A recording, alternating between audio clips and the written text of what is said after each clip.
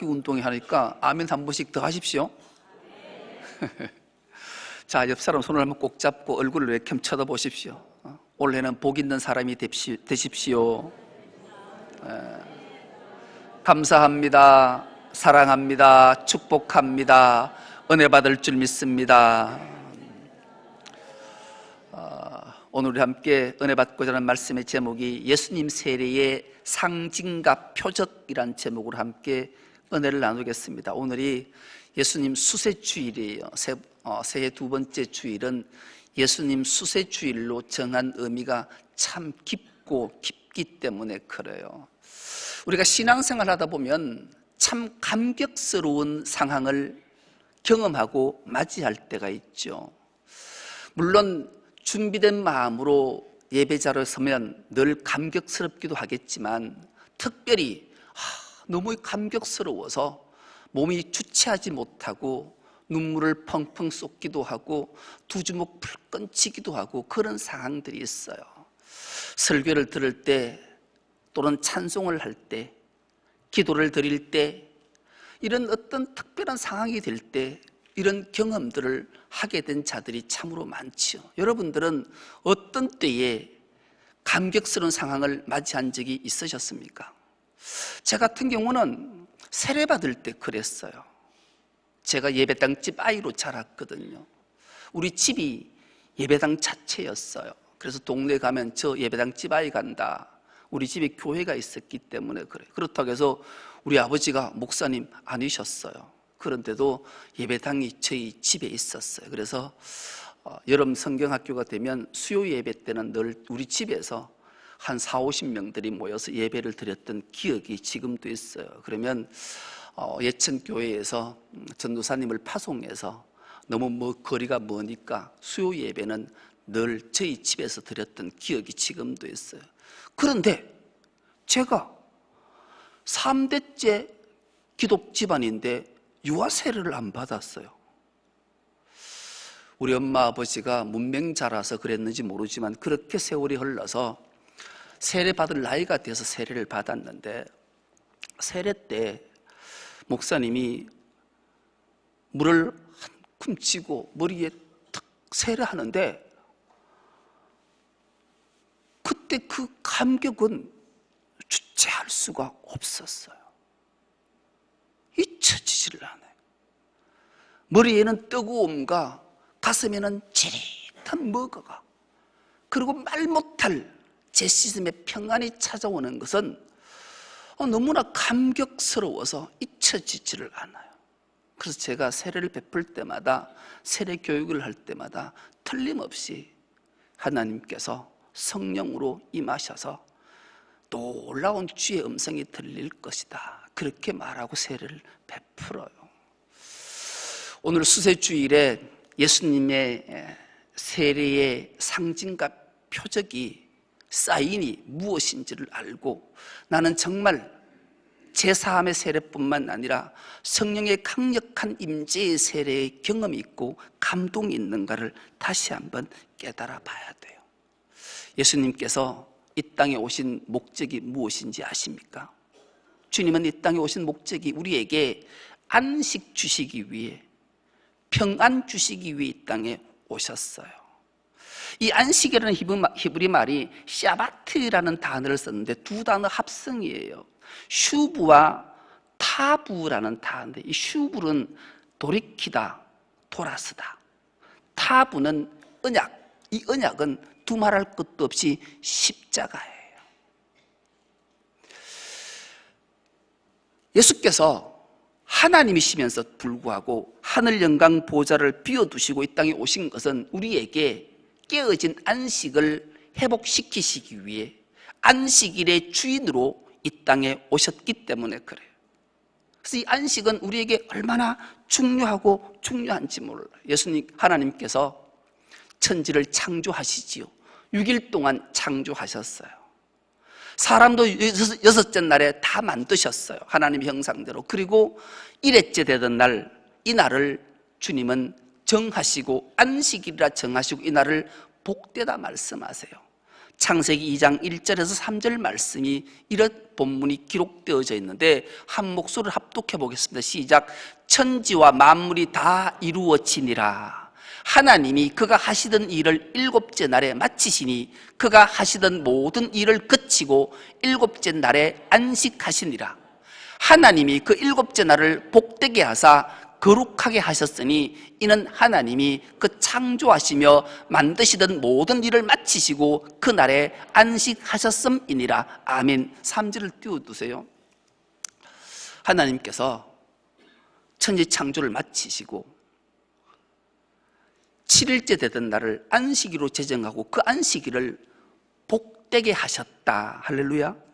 여러분, 이 안식일이 얼마나 복된가 하면 우리가 상상하지 못할 복들을 안식일에 요즘으로 말하면 주일에 주시겠다 약속의 말씀을 주시는 거예요. 왜요?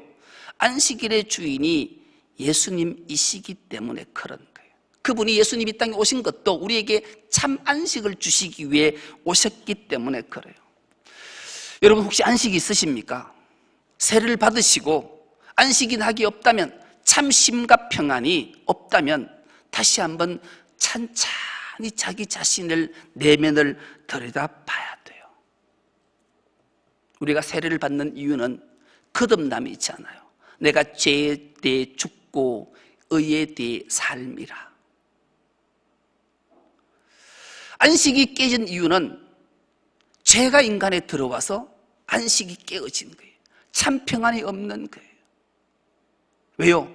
죄는 자기 자신에 들어오는 그 순간 내 자신의 주인이 내가 되는 것이기 때문에 그래요. 내 인생의 주인이 내가 되는 그 순간 우리에는 참 안식이 우리에게 없어요. 그래서 우리가 세례를 받고 거듭나면 주님이 내 안에 계시기에 내 삶의 주인이 하나님이시기에, 예수 그리스도시기에 주님이 주시는 말 못할 평안이 우리에게 생성되기 때문에 환경과 처지와 형편과 아무 상관없이 내게 병마가 있든 육신이 약하든 정신에 문제가 있든 영혼은 평안함이 샘솟듯 우리에게 생겨나기 때문이죠. 그 안식이 깨어진 것을 너무 안타깝게 생각하셔서 성자의 하나님께서 이 땅에 오셔서 우리에게 안식을 주시기 위해서 이 땅에 오셨기 때문이죠. 이런 관점에서 새 두 번째 주일인 예수님 수세주일을 통해서 깨닫고 결단하고 나는 참 안식과 참 평안을 누리는가를 다시 한번 점검해 봐야 돼요. 예수님의 세례를 통해서, 예수님의 세례가 어떤 상징을 갖고 있고 어떤 표적을 우리에게 주시는가를 본문의 말씀을 통해 다시 한번 깨닫고 또 결단하고 은혜 받기를 축복합니다. 오늘 본문이 이렇게 시작합니다. 그때에 예수께서 갈릴리 나사렛으로부터 와서 요단강에서 요한에게 세례를 받으시고 이렇게 출발을 해요.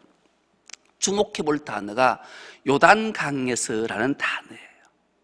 오늘 본문도 요단강에서라는 단어가 나오지만 오늘 읽지는 않았지만 5절에도 요단강에서라는 단어가 등장을 해요. 5절입니다. 온 유대 지방과 예루살렘 사람이 다 나가 자기 죄를 자복하고 요단강에서 그에게 세례를 받더라. 그렇게 말해요. 400년의 어둠이 물러가고 광야에서 하나님의 말씀이 들리기 시작했어요. 세례 요한이 하나님의 말씀을 광야에서 선포했기 때문에. 그래서 수많은 사람들이 광야로 구름대처럼 몰려들었어요. 그때 세례 요한이 외쳤던 것이 있어요. 너희가 회개하라. 그리고 죄사함을 받는 세례를 받으라. 하나님은 정죄의 하나님이 아니라 용서의 사랑의 하나님이시다. 그러므로 너희가 모든 지은 죄를 자복하고 세례를 받으면 하나님께서 너희의 모든 죄를 없이해 주신다. 그러니 수많은 사람들이 요한에게 나와서 세례를 받는데 어디서 세례를 받는가? 요단강에서 세례를 받았어요.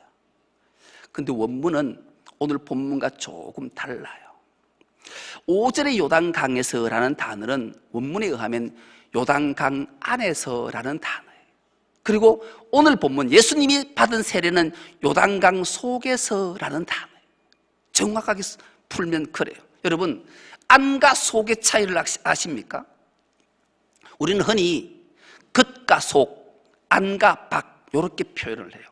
안하고 바깥하고 차이와 겉과 속의 차이는 참으로 큰 차이라도 과언이 아니. 왜냐하면 우리가 요단강에 강이 있는데 우리가 그 안에 들어가는 것은 내가 발목까지 물이 있어도 그 안에 요단강 안에 있는 거예요. 무릎까지 있어도, 가슴까지 있어도, 목까지 있어도 요단강 안에 있는 거예요. 그러나 요단강 속은 내가 잠기는 거예요. 겉과 속의 차이죠. 푹 잠기는 거예요. 세례 요한이 베풀었던 세례는 요단강 안에서 죄를 사하는 세례를 베풀었지만 예수님은 요단강 속에서 세례를 받으시고 물속에서 올라오시는 모습이 오늘 본문에 기록되어져 있기 때문에 그래요. 그래서 예수님의 세례와 일반 사람들의 세례가 조금 달랐다는 것을 우리가 염두에 두고 오늘 말씀을 보면 훨씬 이해가 깊고, 왜 예수께서 요단강 속에서 세례를 받으셨는가? 먼저 왜 하필이면 그 많은 강들이 있을 텐데 요단강에서 세례를 받으셨을까? 깊은 의미가 있는 거죠. 이스라엘 백성들이 애굽에서 430년 동안 종살이 하잖아요. 하나님 앞에 간구했어요. 하나님이 들으셨어요. 모세를 보내셨어요. 그들로 하여금 출애굽 시키셨어요. 그들에게 가장 먼저 출애굽 후에 맞닥뜨렸던 강이 홍해 바다였어요. 그 성경은 이 홍해 바다를 가르고 홍해 바다를 지나간 것을 세례받았다 그렇게 표현해요. 세상 애굽이라는 재앙 많은 세상으로부터 하나님의 배 구출함을 받아서 홍해 바다를 건너고 강야로 진입한 그 순간 그들이 구름 아래서 세례를 받은 것 같이 이 홍해 바다를 건넌 것을 세례로 표현하기 때문에 그래요. 이 세례를 받고 난 이후에 그들이 광야의 여정 속에 끊임없이 불순종으로 일관하게 돼요. 왜 그렇게 불순종을 했을까? 그들에게는 삶의 기준이 없었기 때문에 그랬어요. 그래서 하나님이 모세를 신의 산으로 부르시잖아요. 부르셔서 토라, 율법을 주셔요. 기준, 규범. 너희들이 우왕좌왕하는 이유는 기준과 삶의 규범이 없기 때문에 그렇구나. 그래서 내가 십계명을 주마. 그래서 십계명을 두 돌판에 새겨서 모세를 통해 주지요. 그런데도 불구하고 이스라엘 백성들이 순종하지 않아요. 불순종해요. 그래서 우여곡절을 많이 겪잖아요. 참 많은 사람이 뱀에 물려 죽기도 하고 연병에 걸려 죽기도 하고 레위인의 손에 칼에 죽기도 하고 참 많은 사람들이 죽었어요. 이 모든 것들을 하나님께서 다시 이스라엘 백성들에게 각인시키시기 위해 모세를 시켜서 시띠나무로 언약궤 하나를 만드세요. 그리고 그 언약궤 안에 너희들의 불순종과 이 모든 것들을 다 기억하게 하시기 위해 거기에 세 가지를 넣으라 하시잖아요.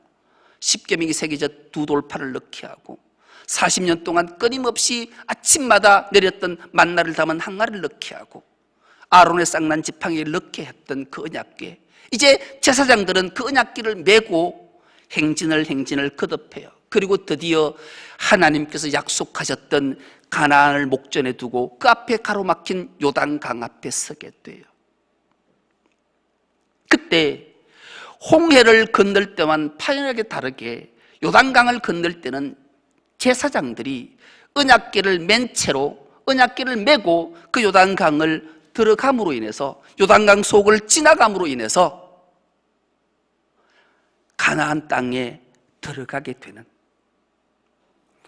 제사장들이 맨 그 언약궤는 두말할 것도 없이 서두에 말씀드렸듯이 언약이라는 십자가, 예수 그리스도를 예표하는 거죠.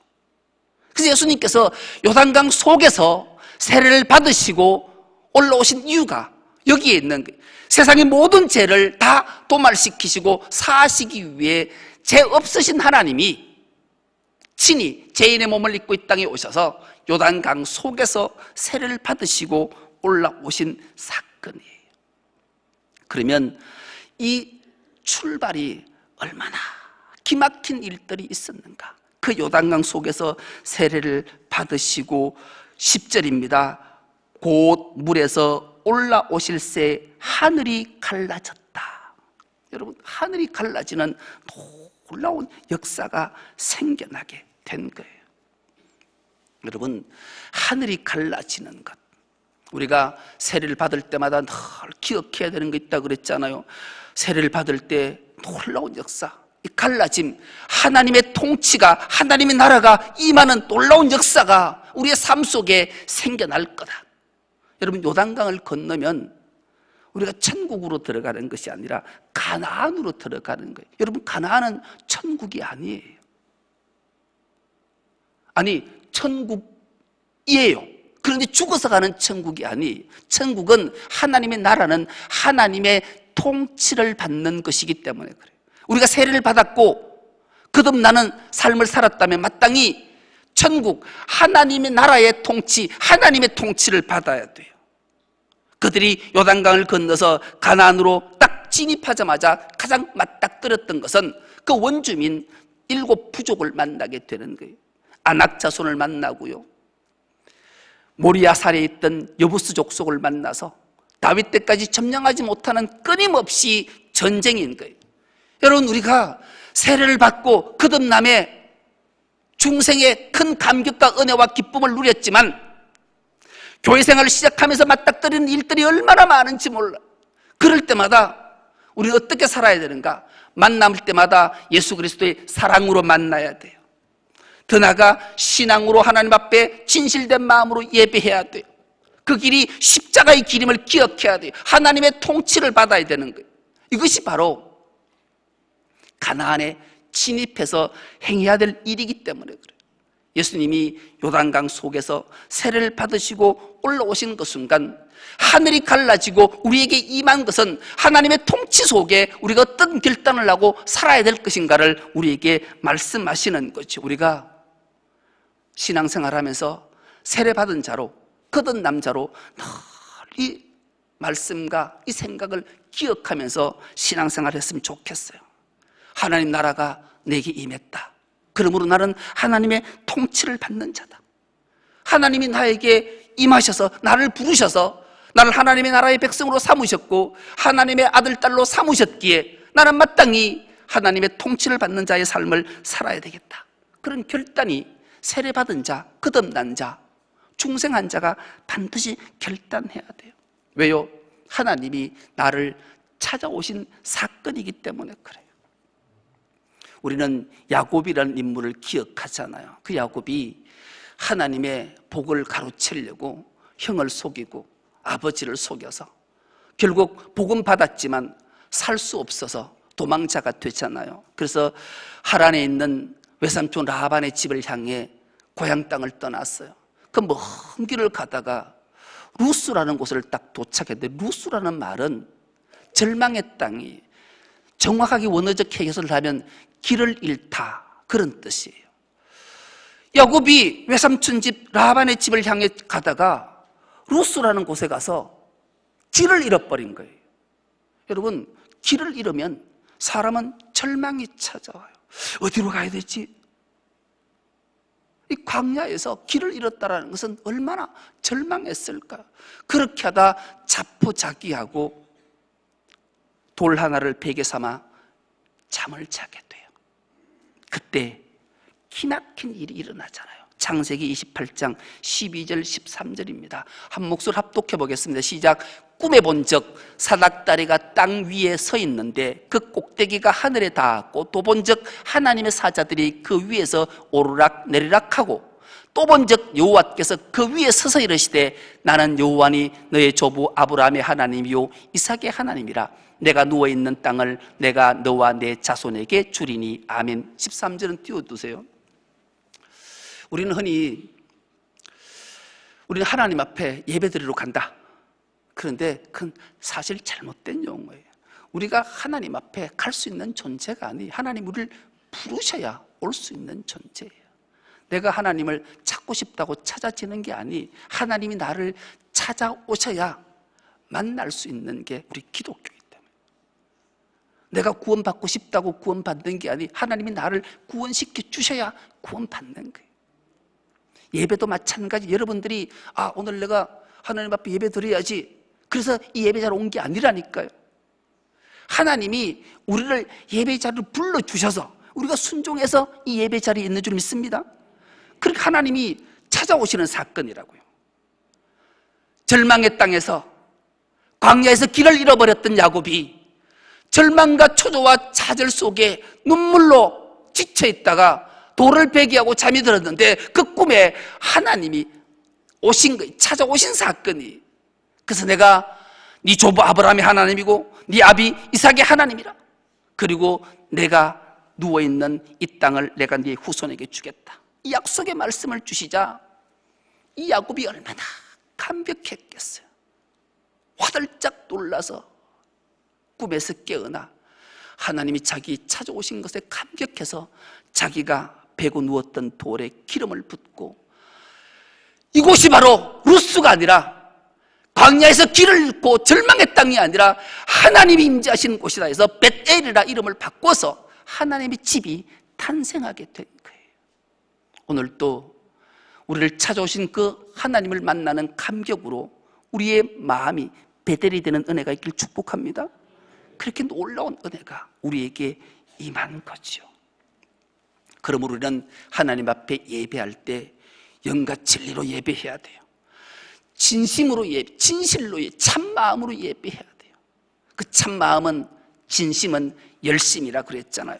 정말로 열심을 다해서, 그 열심은 하나님의 말씀대로 그 사랑으로 하나님께 예배하고 하나님을 사랑하고 이웃을 사랑하고 교회를 사랑하는 것이 영과 진리로 드리는 예배라 말씀드렸던 것을 기억하는 은혜가 있기를 축복합니다.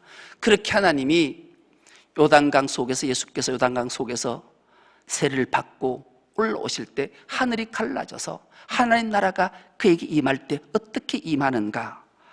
10절 하반 중반절 이상 이하입니다. 성령이 비둘기같이 자기에게 내려오심을 보시더니, 하늘이 갈라지고 하나님 나라가 임할 때 성령께서, 성령 하나님이 비둘기처럼 임하셨다, 그렇게 말씀해요. 여러분, 비둘기 하면 생각나는 사건이 있으셔야 돼요. 이 비둘기 하면 노아 때 방주의 사건이 떠올라야 돼요. 예수님, 하나님께서 사람 지으신 것을 후회하셨어요. 너무 제약이 간영하고 불순종해서.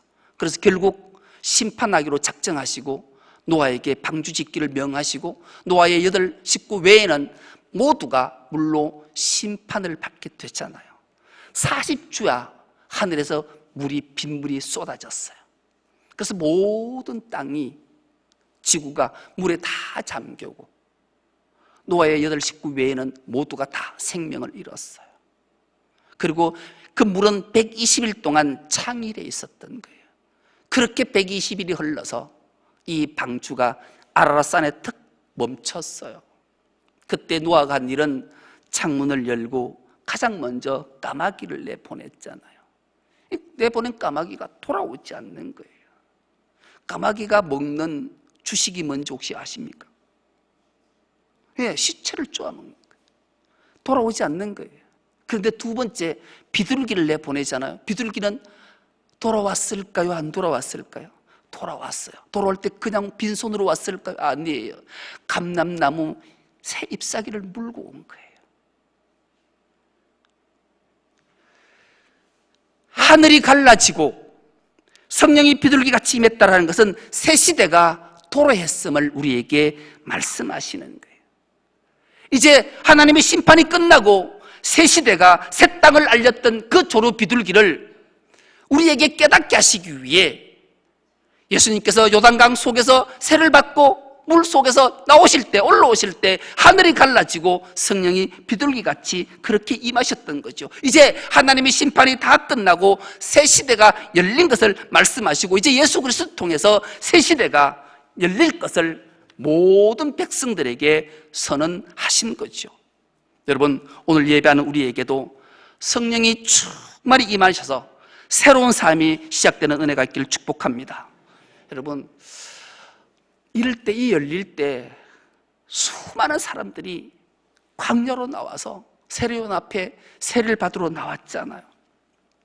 그때 예수님께서 오셔서 요단강 속에서 세례를 받고 나올 때 하늘이 갈라지고 성령이 비둘기같이 임하는 것으로 그쳤으면 기이한 현상이다 이랬을 텐데 하늘에서 소리가 납니다. 11절입니다. 하늘로부터 소리가 나기를 너는 내 사랑하는 아들이라 내가 너를 기뻐하노라 하시니라. 아멘. 수많은 사람이 아마 수십만쯤 안 됐을까요? 상상해 보세요. 수많은 사람이 성자 하나님께서 요단강 속에서 세례를 받으시고 물속에서 올라오실 때 하늘이 갈라지고 성령이 비둘기같이 임하면서 하늘에서 소리가 나는데 그 소리가 수많은 사람에게 다 들렸을 거잖아요. 그 소리가 너는 이렇게 출발해. 너는 이라는 헬라 말이 수라는 단어를 쓴 이 수는 대문자로 써 있어요. 누군가를 콕 지명해서 부를 때 쓰는 단어예요. 바로 너다. 하늘에서 성부 하나님이 성자 예수 그리스도를 향해 바로 너가 메시아야, 구세주야, 인류의 죄를 사하실 네가 바로 너다. 이 말씀이 너는 수라는 단어예요. 그러면서 그 수많은 무리들 앞에 내 사랑하는 아들이다, 내가 너를 기뻐한다, 이 음성을 모든 사람들이 듣게 된 거죠. 여러분, 수많은 사람들이 얼마나 놀랐을까요? 그리고 성자 하나님이 왜 이 땅에 오셨는가를 그들이 알기 시작했을 거예요. 특별히 마가복음은 주님이 안식일 주인으로 안식 주시기 위해 오신 예수님을 잘 묘사하는데 어떻게 묘사하는가? 1장 10절에는 10절로 시작해서 마가복음 15장 38절로 마지막 막을 내릴 때 10장대 갈라지는 것으로 시작해서 갈라지는 것으로 막을 내려요. 오늘 우리가 읽었던 마가복음 1장 10절 말씀을 다시 한번 보십시오. 곧 물에서 올라오실 새 하늘이 갈라짐가. 마가복음 15장 38절 말씀을 한 목소리로 합독해 보겠습니다. 마가복음 15장 38절입니다. 띄워주셨으면 좋겠는데요. 자, 한 목소리로 합독하겠습니다. 시작. 그리고 바로 그때 성전의 휘장이 위에서부터 아래까지 두 폭으로 뭐 했다? 갈라졌다, 찢어졌다라고 개역 개정은 있지만 쉬운 성경은 갈라졌다, 갈라진 거예요. 예수님의 사역이 시작될 때도 하늘이 갈라지고 예수님의 사역이 마감될 때도 하늘이 갈라진 거예요. 이것은 예수님께서 하늘로부터 이 땅에 오셔서 십자가를 지시고 자기 몸을 찢고 갈라서 우리를 구원하셨기 때문에 이것을 명확하게 우리에게 알게 하시기 위해 기록하신 말씀이에요. 이제 우리 모두는 세례받은 자로서 결단해야 돼요. 이제는 거듭난 새 생명을 얻은 자이기에 이 삶을 방탕하게 낭비하는 삶을 청산하고 예수님 안에 들어가 참 안식을 얻을 뿐만 아니라 참 안식을 누리는 것으로 그치는 것이 아니라 다른 이에게도 안식을 누리게 할 수 있기 위해서 끊임없이 힘쓰고 애써야 될 것이 우리의 삶이고 사명이기 때문에 그래요. 하나님이 오늘 세례받은 우리 모두에게 바로 바로 너다, 내가 너에게 사명 줬다, 그러므로 안식을 누리는 것으로 그치지 말고 그 누림을 다른 자에게도 누리게 하기 위해 힘쓰고 애쓰는 사명 직분을 잘 감당하거라 주님이 말씀하십니다. 원래 우리 교회 표어가 말씀으로 새로워지는 교회예요. 말씀이신 예수 그리스도 안에서 참 안식을 누리며 그 안식을 많은 자에게 누리게 하기 위해 나가는 주의 명령을 받고 나가서 그 사명 잘 감당해서 하나님께 크신 영광을 올려드리는 우리 모두가 될 수 있기를 간절히 기도합니다. 하나님 아버지, 고맙고 감사합니다. 예수님의 수세주일에 예수님의 세례의 상징과 표적이 무엇인지를 말씀을 통해 깨닫게 하셨사오매 이 말씀을 가슴속 깊이 새기며 결단하며 순종의 삶을 살아서 참 안식을 다 누리는 우리 모두가 되게 하여 주옵소서. 감사드리오며 예수님의 이름으로 기도드리옵나이다.